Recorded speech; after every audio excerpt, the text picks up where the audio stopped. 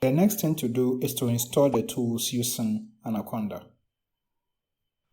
First of all, if you have installed Anaconda, we need to add channels. So you add Bioconda and then Conda Forge channels. So you say, now we use this one here. So we say conda config add channels. Let's add Bioconda first. Let's add a second one, which is Conda Forge. Let's confirm that the channels have been added. So we say conda config show channels. So this will list the channels. So we have the two here. The default one comes packaged with Anaconda, so we just leave it as it is. So we are done. The next thing to do is to create an environment and install the tools that we are going to use in them. So we say conda create -n. So this will create an environment for us. So we say genome assembly. And then we specify the tools. So we have porchop, and then we also have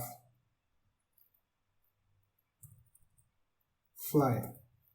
So these are the two tools that we are going to use to do the installation. So just use this and then just get the stuff done.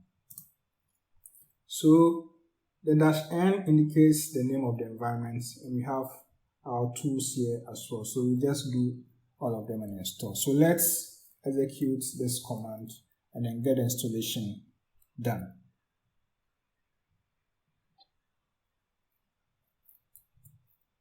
So let's confirm by typing Y. Okay, so installation has been done. So let's clear the screen first. Yeah, so it's done. So if the installations are done and we want to use the tools, we need to activate the environment. And so that is the next thing we are going to do, to activate the environment. But then if, let's say, you have forgotten the name of the environment, you can still list and then look at the one which we are going to use. So let's say conda env list. This will list the environments. So notice the one we created, genome assembly. So that is what we are going to use.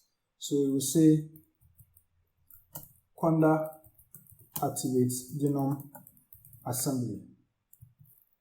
Please note that this procedure will not be necessary if you have already used a different way of installing the tools. So once you have the tools available, that is fine.